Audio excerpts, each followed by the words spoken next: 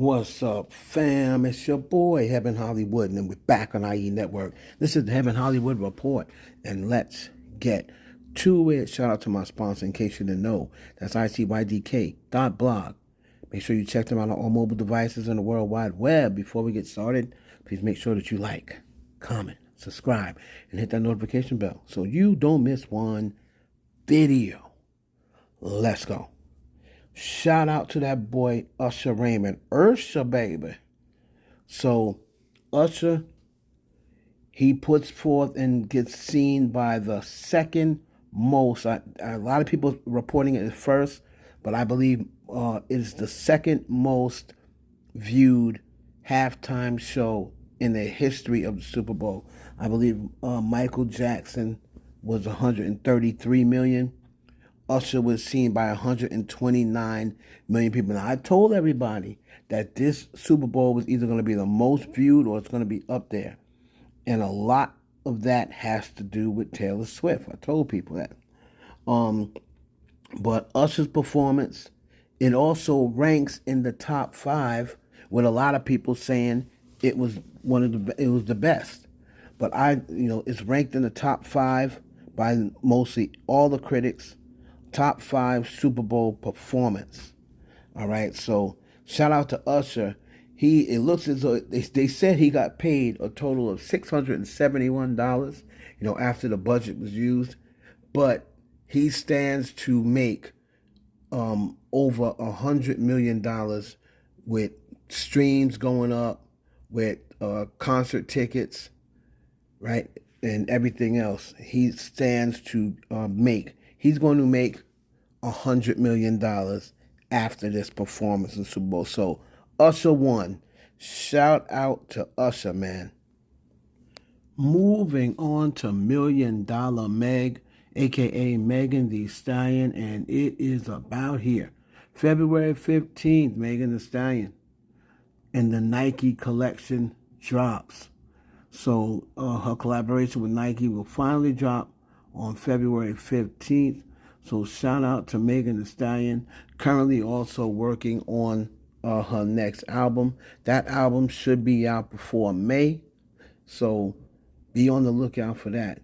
Megan Thee Stallion with the new Nike collection and her new album to be dropped before May. So shout out to Megan. Tell me, are you looking forward to this next Megan project? Because I know I am.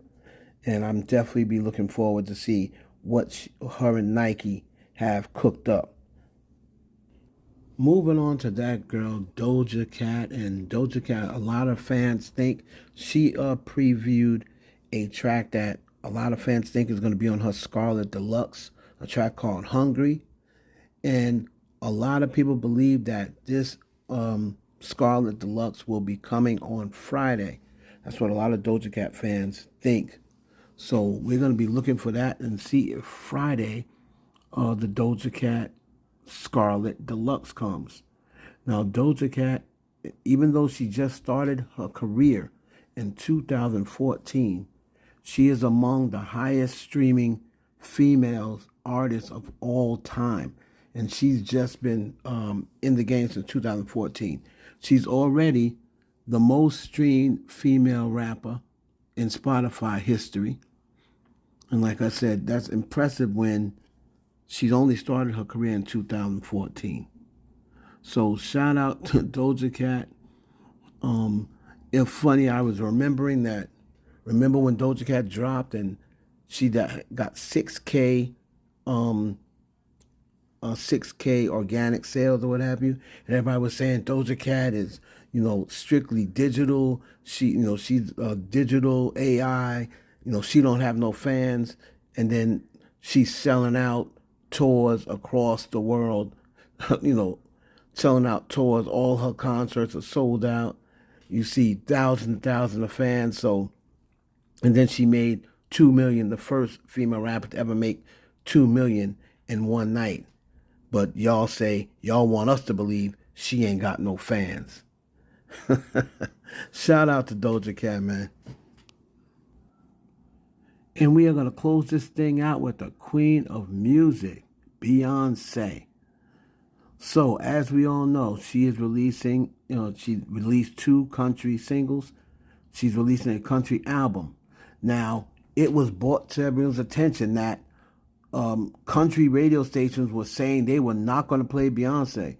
And most importantly, a station, KYKC, right, responded back to all of the requests of Beyonce. This is our Oklahoma radio. So they were getting requests left and right. They sent back, I guess it looks like an email, and it says, "Hi, we do not play Beyonce on KYKC as we are a country music station." Well, the Beehive got a hold of that, and they just went crazy on the requests. Then they had put it up, KYKC updated a statement and said, "We have a lot of requests for the Beyonce Texas Hold'em. Just to let you know, it is coming up." So the Beehive is out there not taking no for an answer and already moving the needle. And people are saying that Texas Hold'em, let's see here, talk of the charts. They put a post. It says Texas Hold'em is aiming for a top debut on the Billboard Hot 100, challenging as high as number 2. Beehive is getting together with the Swifties. The Beehive is saying Swifties. No, actually, there's a Swiftie that put this out there and said, "Let's get together with the Beehive, and if she goes number 1, she'll be the first black woman to do so with a country song." Now, a producer, right, was asked about Beyonce's new country album.